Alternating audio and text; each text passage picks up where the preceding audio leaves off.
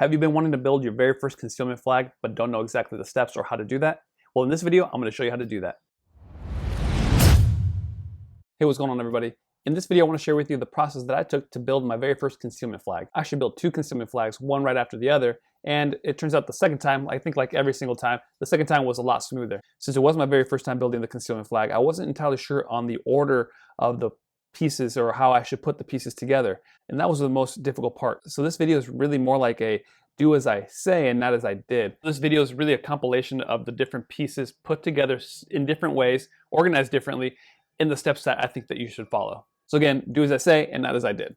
To further clarify, I added the steps that I would follow in the description below if I were to do it again. So that should clear up any confusion, I hope. Let's go ahead and jump right into the video. I decided to use a single piece flag for this build.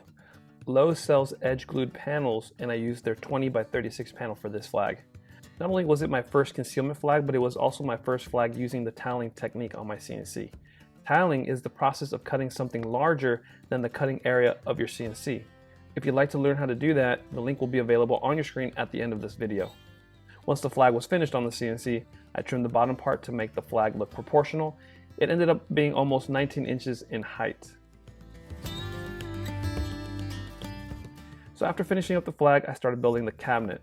I wanted there to be an overhang of the flag so the cabinet is smaller than the flag. The dimensions are in the description below.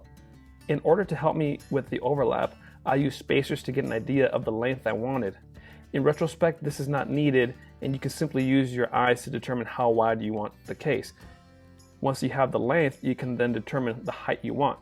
Again, you can just use referential measurements or your eyes to determine the height you like. You just simply need to make it fit within the flag.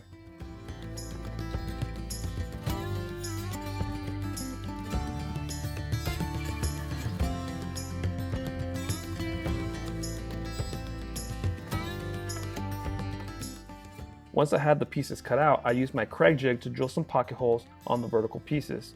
I then added glue for further support, clamped one side, and put everything together with some pocket holes. I repeated this exact same process on the other side.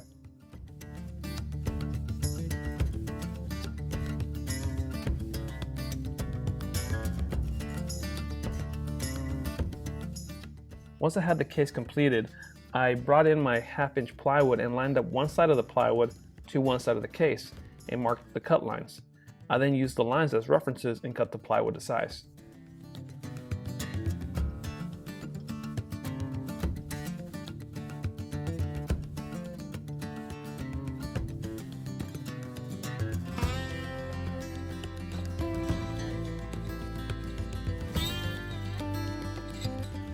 At this point, all my pieces were done and I gave everything a sanding.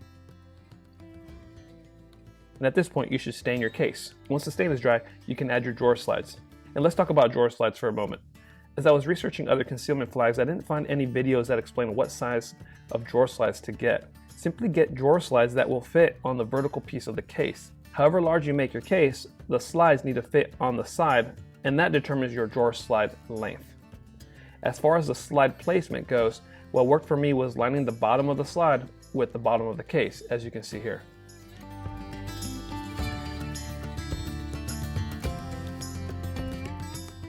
Once the slides were placed on the case, I put the other half of the slides into it. I then placed my flag on top of the slides exactly how I would like it displayed. I then pulled the slides down and screwed them to the flag from underneath. I wish there was a more calculated way to do this, but this turned out to be the easiest way for me. As far as flag placement, the flag is not perfectly centered to the case. There is a small lip or overhang on top of the case and a larger overhang on the bottom end. This is to allow for the flag to slide further down. I originally wanted it to be centered, but I wasn't able to make that work. But you really can't tell that there's a larger overhang on the bottom than on the top once it's hung up. Now with the slides on the case and on the flag and everything's attached, flip the entire flag and case over. Do not install your lock like this. This is not the correct placement of the lock. I learned this the hard way. This is the correct orientation of the lock. Now that you know how to orient the lock, let's talk about installing it to the case and the flag. The easiest way I found was to keep the two halves of the lock together and have the flag completely closed. With the flag closed, place the female half on the case wherever you like, and wherever the male part is at, that is where the lock needs to be.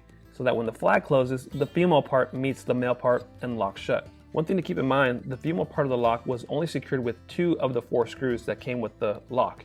I used the remaining 2 to secure the male piece to the flag. Also, with the male part of the lock attached to the flag, it will serve as a stop and will not let the flag come off. So just keep that in mind. Now with the lock taken care of, remove the male part of the lock from the flag. Then flip everything back right side up and remove the flag. It's now time to cut the foam to size.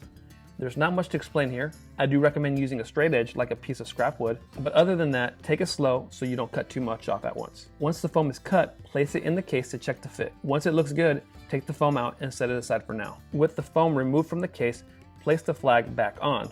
Once the flag is placed back on, flip the flag back over and the case and put the male part of the lock back onto the flag.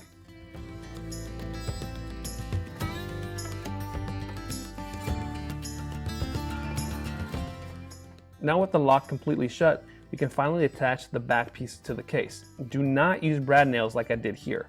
Instead, use screws. This is really important because you're going to need to remove the back of the flag to be able to get the male part of the lock off, to then be able to remove the flag. There's a lot of taking off of parts and putting back on, and that's what made this project difficult. Once I figured out the order, it went faster the second time around, and it should go faster from now on for any future builds. Once the flag is attached, flip the entire flagging case back over the right side up, lower the flag, and now install the L brackets. I placed my L brackets at 8 and 24 inches. This should allow for the flag to be secured to studs. Since the foam is already cut to size, simply place it inside the case and you're done. Here's the final product. What do you guys think?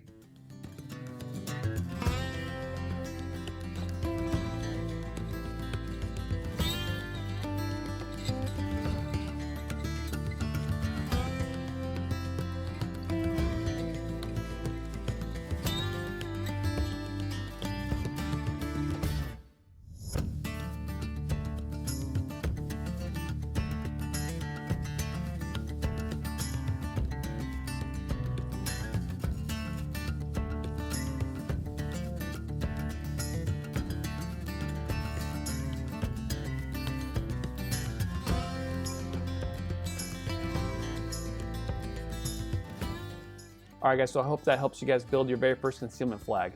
It's not difficult, just follow the steps. If you're interested in learning how to tile on your CNC, make sure to click on the video right now that you see on your screen, and I'll see you guys there.